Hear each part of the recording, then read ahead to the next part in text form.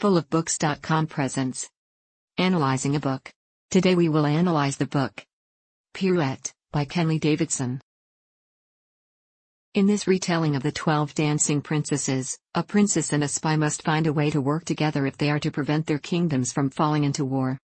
Lord Kyril Seagrave is handsome, popular and growing bored with his shallow existence at court. In search of adventure, he signs on for a clandestine mission into the heart of the KENLEY Empire, a largely unknown land to the east which may also be the greatest threat to Ondar's future. Armed only with his natural charm and a set of ill-matched companions, Kyril enters KENLEY under the guise of a raffish bodyguard and soon realizes he is far beyond his depth. Each of his companions seems to have their own hidden agenda, leaving Kyril to navigate the complexities of an unfamiliar court alone. Princess Ilani cannot remember a time when she was not invisible. Her 12 sisters dance for the KENLEY court, while she remains hidden from view. But hidden does not mean blind, and Ilani knows too many secrets to be ignored forever. When it is time for her father to name an heir, all of those secrets will come back to haunt her, along with the devilishly charming foreigner who seems to know far more than he should. Ilani finds herself fighting not only for the future of her land, but for her very life and the lives of her sisters. Even if she survives her father's search for an heir, her secrets may not, and KENLEY itself may never be the same. That is a quote from Goodreads. Where do I even begin?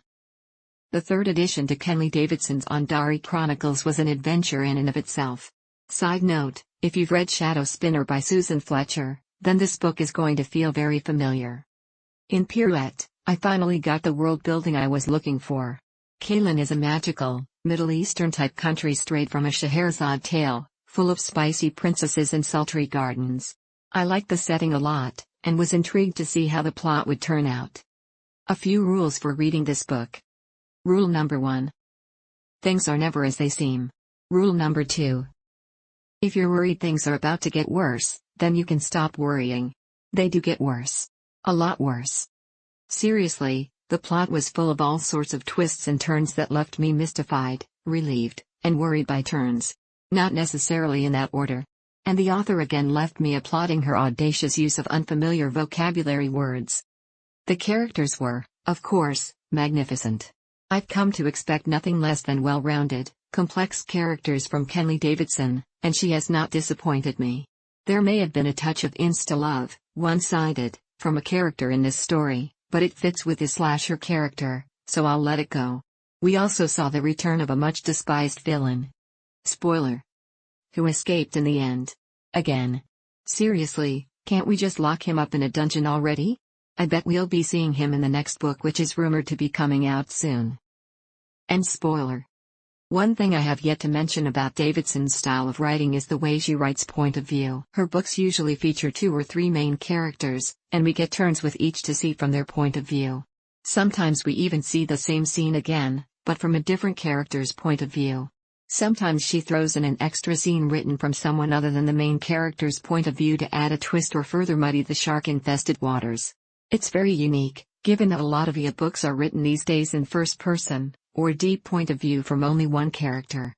However, there is a few caveats. Davidson has an unfortunate tendency to sprinkle profanity liberally throughout her books, and this one was no exception. She added in some crude, obscene curses as well, that would have been better left unsaid. I'm really tired of profanity in books. Any books. Writers, you have a thesaurus. Use it. And not in an obscene or offensive way. There are lots of better ways to express emotion than turning to crude language. And most will enhance your writing talent and grow your audience, a star deducted for language concerns. There was a good bit of violence as well. Spoiler. Including magic-induced deaths, which can be disturbing. About the same level as what I noticed in Entwined by Heather Dixon. And spoiler. Overall, Pirouette was a fantastic story, marred only by the unfortunate choice to include obscenities. A well-developed culture, complex characters, and a touch of magic make this story worth reading. With a Sharpie handy. Rating. 4 stars. Recommended. 15 and up, mostly due to language concerns and violent disturbing deaths. Language. 8/10, profanity used fairly regularly. Addition of crude, obscene phrases. Violence. 6/10, violent deaths, a bit gruesome. Characters incur serious wounds. Murder. Sexual content. 0.5 out of 10, barely any. Only thing that comes to mind was a man thinking he wants to kiss a woman. This read was given to you by fullofbooks.com. Subscribe to our YouTube channel. Give us a like. And thank you for sharing this video.